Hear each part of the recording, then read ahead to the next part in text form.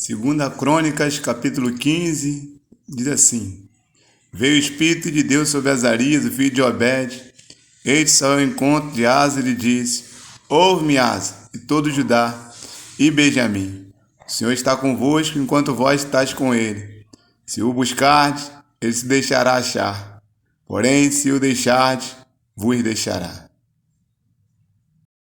E aí, meus amigos, bem-vindos à Escola dos 40. O tempo hoje está meio chuvoso, né? Quero agradecer a você que tem estado aí no canal, que tem participado. Todos vocês que têm realmente contribuído para o canal crescer. Quero dizer que você é fundamental nesse projeto, para que nós venhamos propagar a palavra de Deus, divulgar também aquilo que pode realmente mudar a vida das pessoas. E eu creio que pode fazer realmente a diferença na trajetória, não só da caminhada cristã, mas também da nossa caminhada. O texto que acabamos de ler é um dos textos que nos faz refletir muito sobre alguns aspectos da questão de Deus. Afinal de contas, quando nós olhamos o nascimento de Sansão, quando nós olhamos Gideão e várias aparições do próprio Deus no Velho Testamento, nós vemos que ele realmente tem o prazer em se comunicar conosco, em mostrar o seu poder e dizer que está conosco, desde que nós estivermos com ele.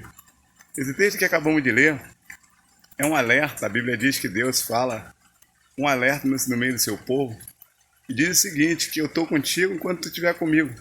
Se tu me abandonar, eu também te abandono. Ou seja, há muitas pessoas desesperadas por aí com problemas, achando que, de fato, Deus os abandonou, quando na verdade são elas que realmente se distanciaram daquilo que Deus queria para a sua vida.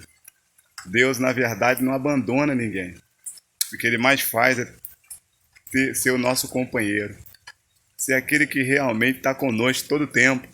Então, quero dizer para você, quando o Espírito Santo desceu sobre Azarias, filho de Obed, disse assim: Olha, Judá e toda Benjamim, o Senhor está convosco, enquanto vós estiveres com ele.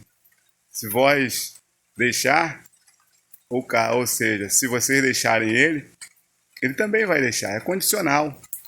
Deus, apesar de ter todo o poder, ele respeita a individualidade de cada um de nós. Ele tem prazer em realmente nos mostrar o seu poder e manifestar o seu poder.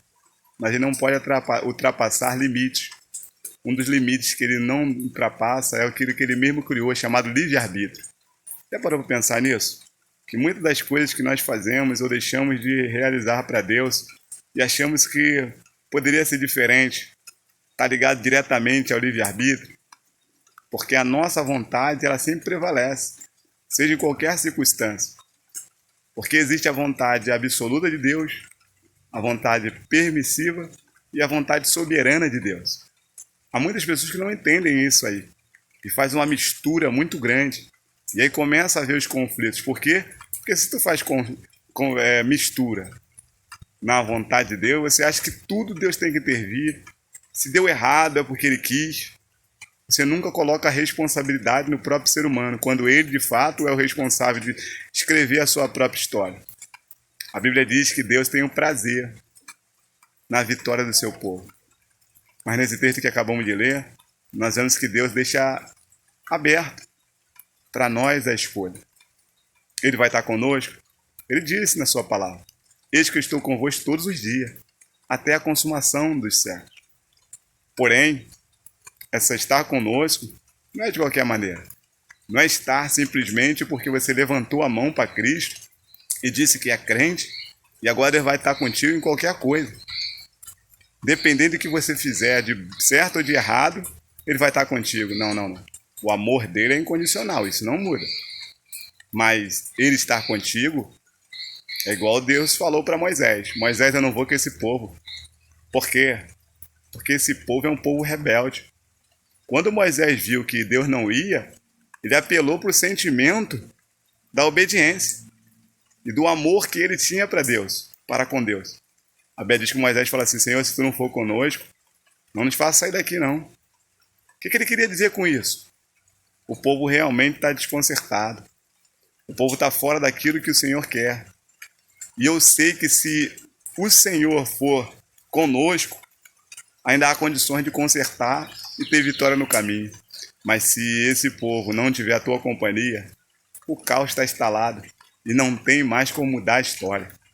Ou seja, Moisés conhecia bem Deus. Eu fico olhando para essas questões e olhando para a própria Bíblia e dizendo para mim e para você todo o tempo que nós precisamos pedir a Deus para ser conosco. Há pessoas que pegam o texto de Neemias e dizem assim, tá, e distorce totalmente. Porque o texto diz assim, hoje não é dia de lamento, de choro. Comei das gorduras, bebei das doçuras. Leva para quem não tem também. Neemias capítulo 8. Porque a alegria do Senhor é a nossa força. É interessante você ver isso, porque tem pessoas que pensam o seguinte, se ele estiver forte, Deus está alegre. Tem perguntas que nós fazemos, mas parece que nós nem ouvimos o que falamos. A pessoa diz assim, quem está alegre com Deus? Ô gente, existe possibilidade de a gente estar triste com Deus? Por pior que seja a circunstância de nossas vidas, existe? O pecador é eu e você.